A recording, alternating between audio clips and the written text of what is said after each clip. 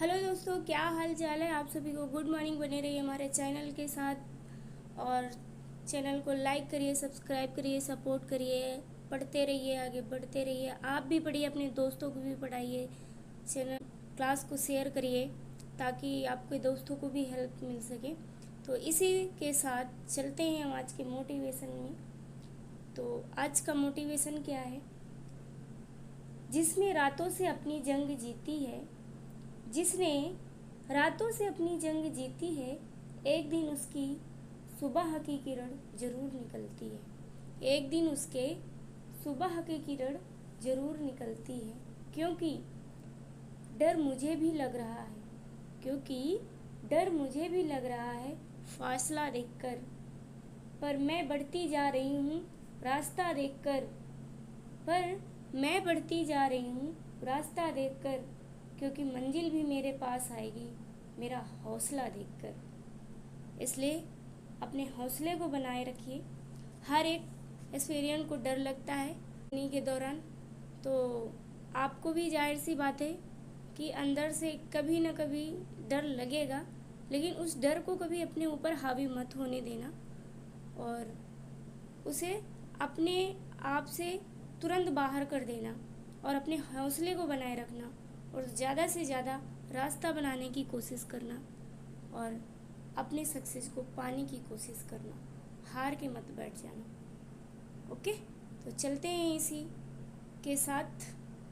ये स्क्रीन में हमारा क्वेश्चन, चालुक्य कौन थे?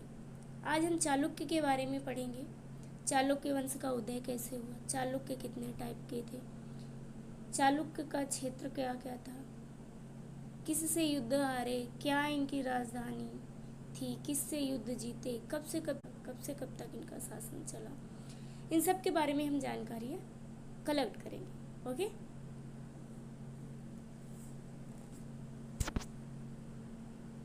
पश्चिमी चालुक्य 543 से 755 ईस्वी ने दक्कन, वर्तमान कर्नाटक, महाराष्ट्र पर शासन किया। ठीक है, कौन? पश्चिमी चालुक्य। कब से कब तक? 543 से 755 ईस्वी ने दक्कन यानी कि कर्नाटक और महाराष्ट्र, दक्कन क्षेत्र किधर है? कर्नाटक और महाराष्ट्र पर शासन किया। उनकी राजधानी बदामी व तापी। यहाँ पर कपास की खेती बहुत होती है ना। यहाँ पर काली मिट्टी पाई जाती है।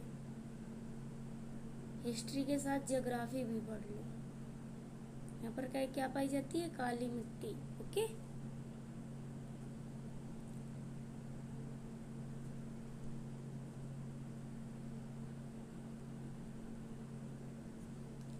और दक्कन पठार का निर्माण कैसे हुआ था? दरारी उद्भेदन के कारण हुआ था। ओके, राजधानी इनकी बदामी व तापी थी। इनकी एक शाखा पूर्वी चालुक्य थी जिसने वेगी आंध्र प्रदेश पर शासन किया। इनकी 3 शाखाएं थी। किनकी? चालुक्य वंश की। अब इन 3 शाखाएं कौन कौन सी थी इसके बारे में जानकारी कलेक्ट करते हैं। ठीक है, चालुक्य वंश की 3 शाखा थी। एक तो थी चालुक्य कल्याणी। क्या? कल्याणी। ओके, और दूसरी कौन थी? वतापी। और तीसरी वेगी। ये 3 शाखाएं थी चालुक्य वंश की। ओके, कल्याणी के चालुक्य वंश की स्थापना तैलप सेकंड ने की थी।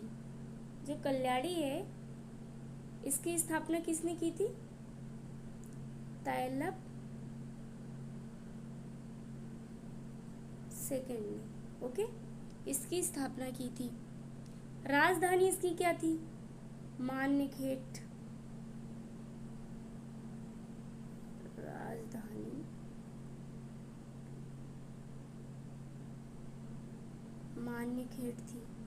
ओके, और इस कल्याणी के प्रमुख शासक कौन कौन थे इनके बारे में जान लेते हैं। चालुक्य वंश कल्याणी के प्रमुख शासक कौन कौन थे? तैलप, जिसने इसकी स्थापना की। ठीक है, नींव डाली, तैलप दोती। ठीक है, ये प्रमुख शासक था। तैलप प्रथम था प्रमुख शासक, विक्रमादित्य थे, जय सिंह थे, सोमेश्वर थे, सोमेश्वर सेकंड थे, विक्रमादित्य सिक्स थे, सोमेश्वर थर्ड एवं तैलप थर्ड थे। तो इन सारे लोगों का इसमें क्या था, चालुक्य कल्याणी वंश में प्रमुख शासन था। ठीक है। सोमेश्वर प्रथम ने मान्यखेड़ से राजधानी हटाकर कल्याणी कर्नाटक को बनाया था। सोमेश्वर ने कर्नाटक को क्या बनाया था, कल्याणी की राजधानी बनाई थी। किसको हटा करके, मान्यखेड़ को हटा करके। किसने बनाया था, सोमेश्वर ने बनाया था। ठीक है। और सबसे प्रतापी शासक कौन था इस वंश का, कल्याणी वंश का सबसे प्रतापी शासक था विक्रमादित्य सिक्स्थ। कौन था, विक्रमादित्य सिक्स्थ था। इसमें विल्हड़ एवं विज्ञानेश्वर विक्रमादित्य सिक्स्थ के दरबार में ही रहते थे। विक्रमादित्य शिष्य के दरबार में कौन रहता था, विल्हड़ एवं विज्ञानेश्वर। ठीक है। मिताक्षरा जो कि हिंदू विधि ग्रंथ याज्ञवल्क स्मृति एवं व्याख्या नामक ग्रंथ की रचना महान विधिवेत्ता विज्ञानेश्वर ने की थी। ओके। विक्रमांक देवचरित की रचना विल्हड़ ने की थी। विक्रमांक देवचरित की रचना किसने की थी, विल्हड़ ने की थी। ठीक है। इसमें विक्रमादित्य सिक्स्थ के जीवन का पर प्रकाश डाला। ओके। ये तो रही हमारी चालुक्य वंश कल्याणी की बात। अब हम आ जाते हैं वातापी वंश, जो कि हम आगे इसमें पढ़ेंगे, लेकिन फिर भी हम इंफॉर्मेशन आपको दिए दे रहे हैं। इसकी स्थापना जय सिंह ने करी थी। किसने की थी स्थापना, जय सिंह। किसकी, चालुक्य वातापी की स्थापना किसने की थी, जय सिंह ने की थी। राजधानी इसकी वातापी थी, जो कि बीजापुर के निकट थी। ठीक है। और इनके प्रमुख शासक कौन कौन थे, इनके बारे में जान लेते हैं। पुलकेशिन प्रथम थे, कीर्तिवर्मन थे, पुलकेशिन द्वितीय थे, विक्रमादित्य थे, विनयादित्य थे एवं विजयादित्य थे। इनमें सबसे प्रतापी राजा पुलकेशिन द्वितीय था। जैसे कि सबसे प्रतापी राजा कल्याणी वंश में कौन था, विक्रमादित्य सिक्स थे। और वातापी के सबसे प्रतापी राजा कौन है, पुलकेशिन द्वितीय। ओके। क्योंकि पुलकेशिन द्वितीय ने हर्षवर्धन को हराकर परमेश्वर की उपाधि धारण की थी। ठीक है। और दक्षिणापथेश्वर की उपाधि भी धारण की थी। पुलकेशिन द्वितीय एक तो परमेश्वर की उपाधि धारण की थी, ऊपर से दक्षिणापथेश्वर की भी उपाधि धारण की थी। किसको हरा करके, हर्षवर्धन को हरा करके। ठीक है। पल्लव वंशी शासक नरसिंह वर्मन प्रथम ने पुलकेशिन द्वितीय को लगभग 642 ईस्वी पूर्व में परास्त कर दिया था। कब परास्त कर दिया था, 642 पूर्वी से। ये वातापी चालुक्य वंश की बात हो रही है। ठीक है।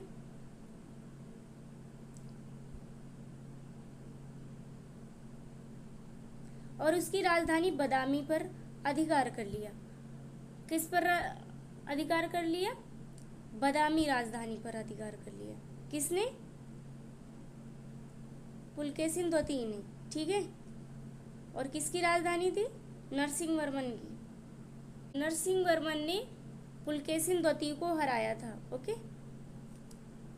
नरसिंह वर्मन ने किसे हराया था, पुलकेशिन द्वितीय को हराया था।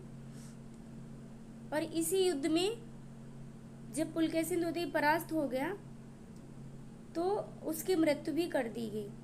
इस युद्ध में पुलकेशिन द्वितीय को मार दिया गया, यानी कि मृत्यु कर दी गई।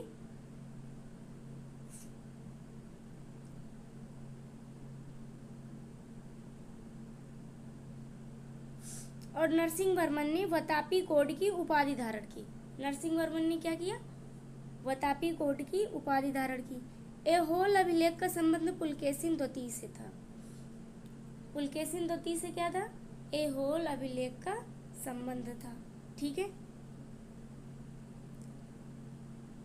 अजंता के एक गुहा चित्र में फारसी दूत मंडल को स्वागत करते हुए पुलकेशिन द्वितीय को दिखाया गया। वतापी का निर्माणकर्ता कीर्तिवर्मन को माना गया। मालवा को जीतने के बाद विनयदित्य ने सकलोत्तर पथनाथ की उपाधि धारण की। किसकी उपाधि धारण करी? सकलोत्तर पथनाथ की। किसने? विनयदित्य ने की। विक्रमादित्य द्वितीय के शासन काल में ही दक्कन में अरबों ने आक्रमण किया। किसने आक्रमण किया? दक्कन ने आक्रमण किया। इस आक्रमण का मुकाबला विक्रमादित्य के भतीजा पुलकेशी ने किया और इस अभियान की सफलता पर विक्रमादित्य ने इसे अविनाजनाश्रय की उपाधि प्रदान की। विक्रमादित्य ने अपने भतीजे को कौन सा उपाधि दी? अविनाजनाश्रय। ठीक है, किसे? पुलकेशी को। ठीक है। विक्रमादित्य की प्रथम पत्नी लोक महादेवी ने पट्टदकल में विरूपाक्षाम महादेव मंदिर तथा उसकी दूसरी पत्नी त्रैलोक्य देवी त्रैलोक्येश्वर मंदिर का निर्माण करवाया। इसकी दोनों पत्नियों ने किसका निर्माण करवाया? विक्रमादित्य द्वितीय की लोकम महादेवी ने, इनकी पत्नी का क्या नाम है? लोकम महादेवी ने पट्टदकल में विरूपाक्ष महादेव मंदिर का निर्माण करवाया और जो इनकी दूसरी पत्नी थी त्रैलोक्य देवी, इसने त्रैलोक्येश्वर मंदिर का निर्माण करवाया। ओके। इस वंश का अंतिम राजा कीर्तिवर्मन द्वितीय था। इसे इसके सामंत दंतिदुर्ग ने परास्त किया। इसे किसने परास्त किया था? दंतिदुर्ग ने। ठीक है, दंतदुर्ग ने क्या किया? परास्त किया। ओके। एक नए वंश यानी कि राष्ट्रकूट वंश की स्थापना की। दंतिदुर्ग ने किसकी स्थापना की थी? राष्ट्रकूट वंश की स्थापना की थी और इसने ऐहोल को मंदिरों का शहर कहा गया। क्या कहा? ऐहोल का मंदिरों का शहर कहा। ठीक है। नेक्स्ट आ जाते हैं हम वेगी में। अब वेगी क्या है? इसकी स्थापना किसने की थी? विष्णुवर्धन ने। इसके संस्थापक कौन थे? वेगी कहाँ पर थी? आंध्र प्रदेश में। ठीक है, कहाँ पर थी? आंध्र प्रदेश में थी। इस वंश के सबसे प्रतापी राजा कौन थे? विजयादित्य थे। कौन? विजयादित्य। ठीक है, सबसे प्रतापी राजा थे विजयादित्य तृतीय थे। विजयादित्य तृतीय थे, जिसका सेनापति पंडरंग था। इनका सेनापति कौन था? पंडरंग।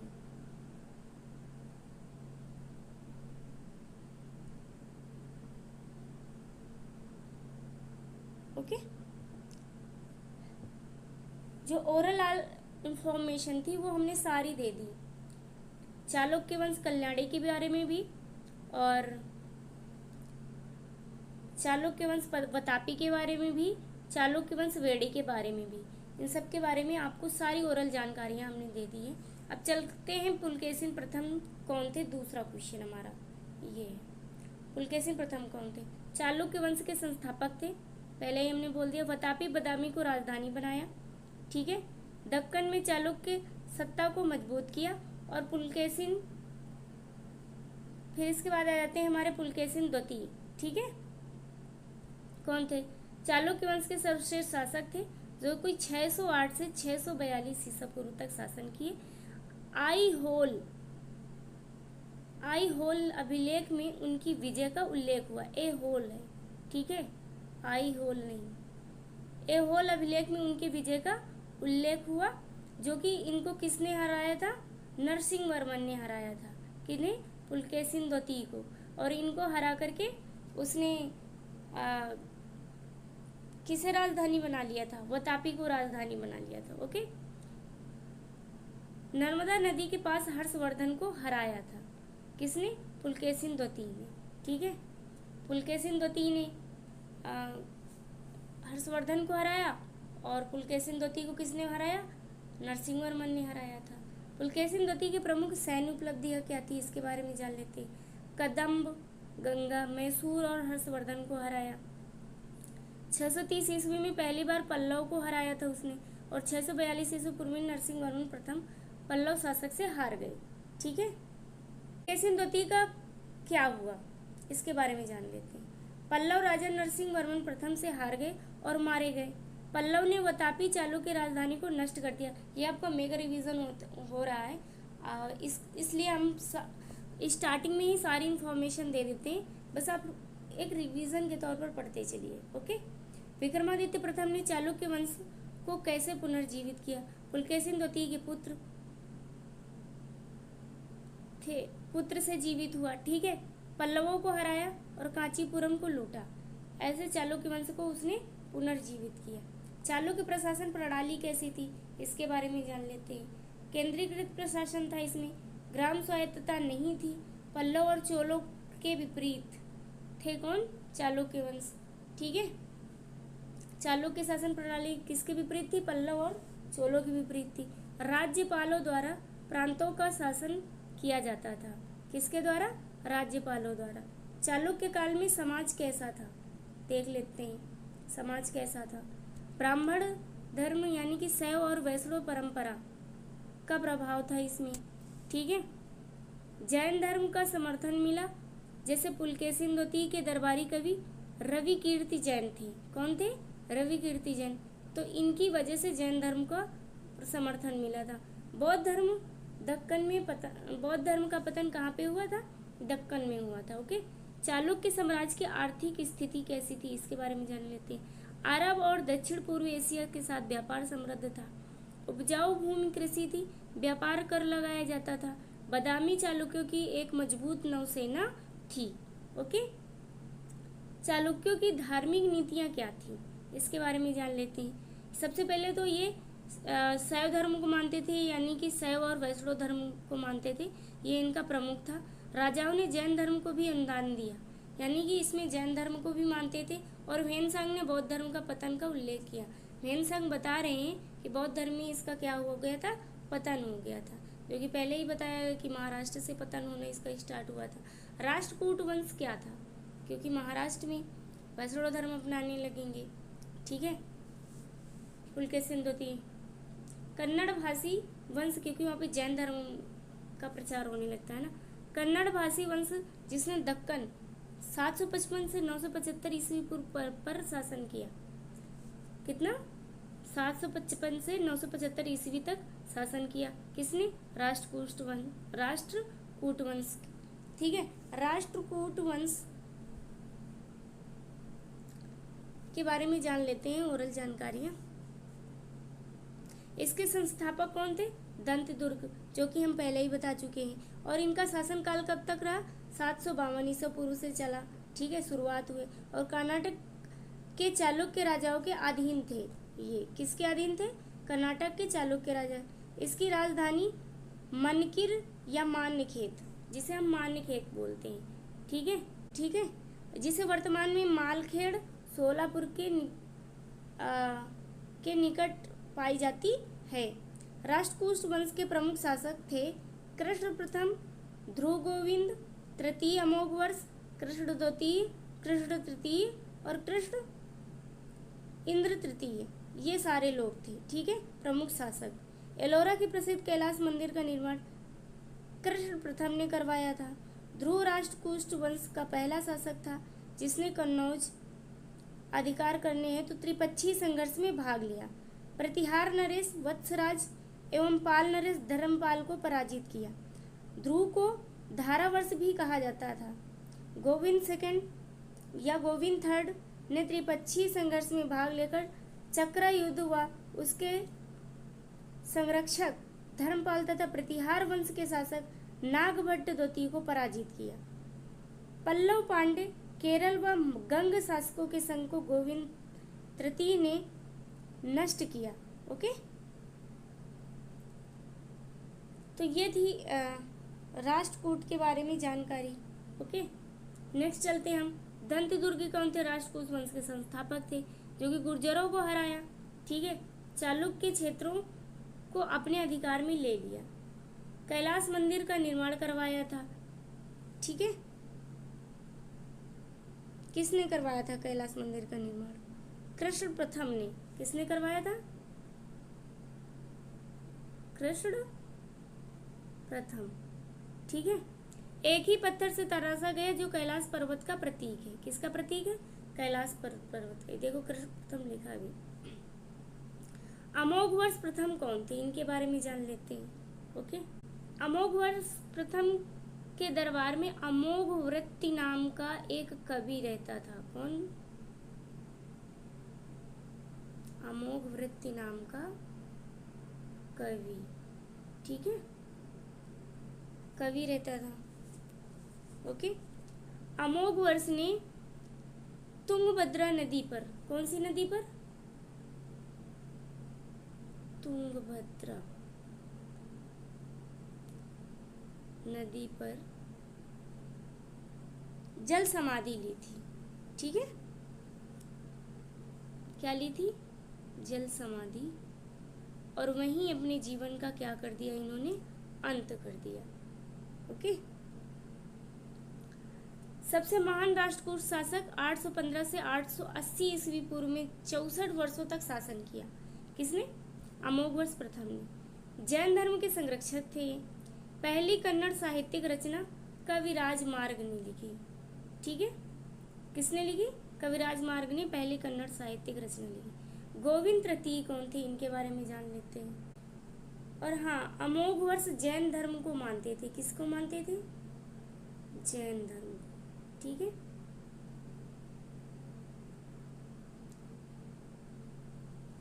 ये उत्तर भारत का विजय प्रांत की, और इनके बारे में हमने पहले भी इंफॉर्मेशन दे दी है। कन्नौज भी शामिल था। पाल और प्रतिहारों को कमजोर किया। किसको कमजोर किया? पाल और प्रतिहारों को। ठीक है, किसने? गोविंद तृतीय ने।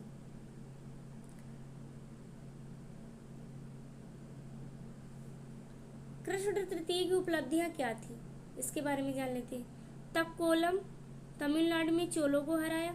ठीक है, रामेश्वरम और कांचीपुरम पर कब्जा किया। किसने? कृष्ण तृतीय ने। राष्ट्रकूट शासन प्रणाली कैसी थी? इसके बारे में जान लेते हैं। साम्राज्य को राष्ट्रों प्रांतों में विभाजित किया गया। विषयपति जिला शासक विषयों जिलों को शासन करते थे। ग्राम प्रधान कानून और व्यवस्था को बनाए रखते थे। ये राष्ट्रकूट काल में समाज कैसा था? इसके बारे में जानिए। जाति व्यवस्था कठोर थी। ब्राह्मण धार्मिक कार्यों पर नियंत्रण रखते थे। जैन धर्म फला फूला राष्ट्रकूट काल में। ठीक है, 1/3 जनसंख्या जैन धर्म का पालन करती थी, यानी कि 1/3 हिस्सा जैन धर्म का पालन करती थी। राष्ट्रकूट काल की आर्थिक स्थिति क्या थी? इसके बारे में जान लेते हैं। ओके, अरब व्यापारी के साथ सक्रिय व्यापार किया। कृषि संपन्न थी। राष्ट्रकूट वंश काल में मंदिरों का अनुदान दिया जाता था। दंती दुर्ग के शासन काल में अरब व्यापारी गुजरात और दक्कन में बस गए थे। ठीक है, राष्ट्रकूटों का साहित्य में योगदान क्या था? इसके बारे में जान। संस्कृत साहित्य त्रिविक्रम, नल चंपू, हाला युद्ध, कवि रहस्य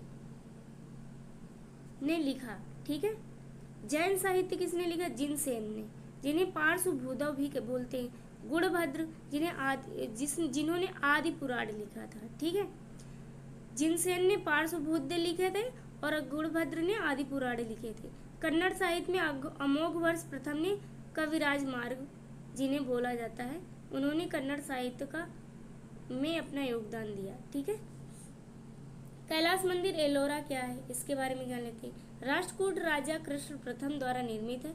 एक ही पत्थर से तराशा गया है। ठीक है, और द्रविड़ शैली की वास्तुकला और रामायण की नक्काशियों से सुसज्जित है। एलिफेंटा द्वीप किसके लिए प्रसिद्ध है? ठीक है, शिव त्रिमूर्ति प्रतिमा सृजन पालन और संहार के प्रतीक है। राष्ट्रकूट शासन काल में निर्मित है। भारतीय राजनीति में राष्ट्रकूटों की भूमिका क्या थी? इसके बारे में जान लेते हैं। कन्नौज के लिए त्रिपक्षीय संघर्ष में भाग लिया। पाल और प्रतिहारों के साथ उत्तर और दक्षिण दोनों में अपने प्रतिद्वंदियों को हराया। ठीक है, त्रिपक्षीय संघर्ष का महत्व क्या था? ये जान लेते हैं। राष्ट्रकूट, पाल, बंगाल और प्रतिहार राजपूताना के बीच युद्ध हुआ। ठीक है, राष्ट्रकूटों ने कन्नौज पर कुछ समय के लिए कब्जा किया, लेकिन स्थायी रूप से नहीं। कुछ समय के लिए राजपूतों ने वहाँ पर कब्जा किया, लेकिन स्थायी रूप से नहीं। ठीक है। राष्ट्रकूट वंश का पतन कैसे हुआ? 1973 ईस्वी में कल्याणी के चालुक्य ने हराया। ठीक है। चोलों से तमिलनाडु खोने के कारण उनकी शक्ति कमजोर हुई। चोलों से तमिलनाडु खोने के कारण उनकी शक्ति क्या हो गई? कमजोर हो गई, इसलिए उनका क्या हो गया? पतन हो गया। चालुक्य वास्तुकला कैसे विकसित हुई? वेसर शैली विकसित की, जिसे हम नागर द्रविड़ शैली का मिश्रण बोलते हैं। क्या बोलते हैं? नागर शैली और द्रविड़ शैली का मिश्रण। पहला चरण बदामी की गुफा मंदिर है। दूसरा चरण ऐहोल और पट्टदकल संरचनात्मक मंदिर है। ठीक। पट्टदकल में संरचनात्मक मंदिर किसने बनवाया था? गाइस आपको कमेंट्स करके बताना है, और चैनल को लाइक करिए, सपोर्ट करिए, सब्सक्राइब करिए, और ऐसे ही क्लास को लास्ट तक वॉच करिए। ओके। जब तक आप लास्ट तक क्लास नहीं देखेंगे ना, तो आपको कुछ भी समझ में नहीं आएगा, आधा अधूरा उड़ जाएगा, क्योंकि तमिलनाडु एंशिएंट हिस्ट्री बहुत ही कठिन है, जल्दी से किसी को समझ में नहीं आती, ऊपर से निकल जाती है। तो इसीलिए ध्यान से पढ़िएगा और समझ के पढ़िएगा, और लास्ट तक पढ़िएगा, तभी समझ में आएगा।